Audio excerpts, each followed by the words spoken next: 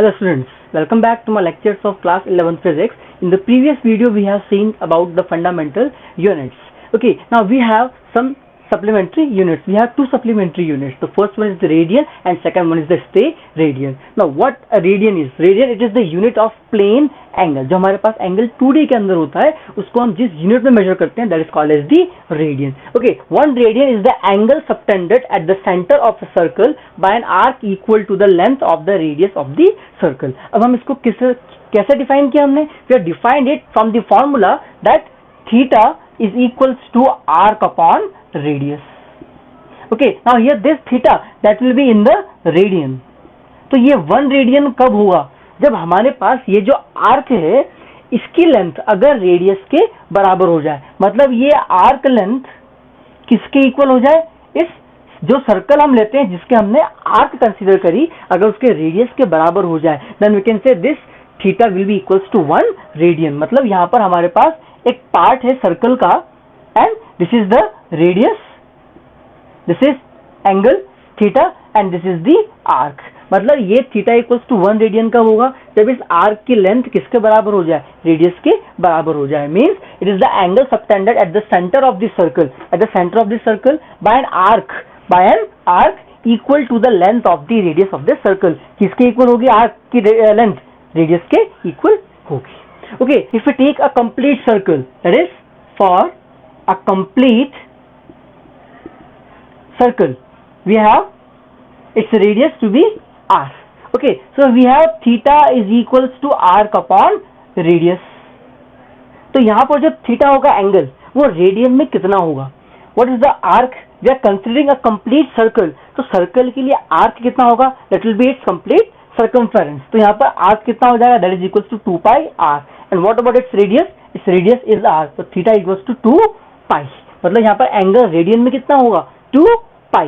और यही एंगल अगर थीटा जो है अगर हम उसको डिग्री में कंसीडर करते हैं, then we are considering the complete angle. So the complete angle for a circle that is equals to 360 degree. मतलब हम लिख सकते हैं 360 degree is equals to 2 pi radian. By this symbol we represent radian. तो यहाँ पर 2 cancel हो जाएगा. Here it will be 180. मतलब यहाँ पर कितना हो गया? 180 degree is equals to pi radian. This is the one relation between the degree and radian. We have some more relation, that is 1 degree is equals to 60 minutes.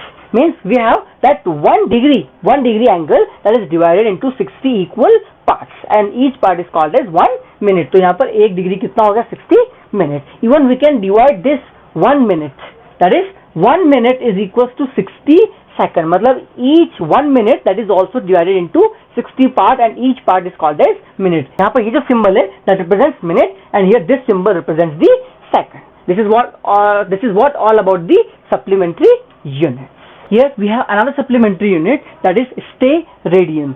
So here it is the unit of solid angle. जैसे हमारे पास जो radian है that was for the plane angle or you can say the angle in 2D. वैसे ही अगर हमारे पास जो भी angle है अगर वो 3D में होता है, in that case that angle is measured in stay radian. Okay, so it is the solid angle subtended at the center of the sphere by that surface of the sphere which is equal in area to the square of radius of the sphere. जिस तरह से हमने इससे पहले जो radian है उसको define किया था by the formula theta equals to arc upon radius, वैसे हमारे पास एक फॉर्मूला होता है this delta ohm is equals to dA by r square. This delta ohm, it is the angle that is in stay radian or we can say that's the solid angle. dA is the area and r square is the distance. हमारे पास एक solid sphere है, ठीक है. इस sphere का हमने क्या किया? एक छोटा सा पार्ट यहाँ पर निकाल लिया, दैट इज dA.